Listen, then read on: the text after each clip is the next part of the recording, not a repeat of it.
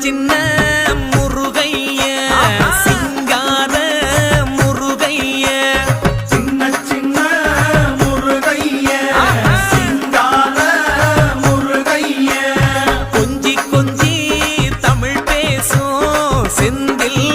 பட்டி வேலனவ கொஞ்சி கொஞ்சி தமிழ் பேசும் செந்தில் வடி வேலனவ சின்ன சின்ன முருகைய சிங்கார முருகைய கொஞ்சி கொஞ்சி தமிழ் பேசும் செந்தில்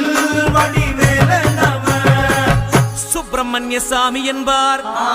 கார்த்திகேயன் என்பார், சுவாமிநாதன் என்பார்,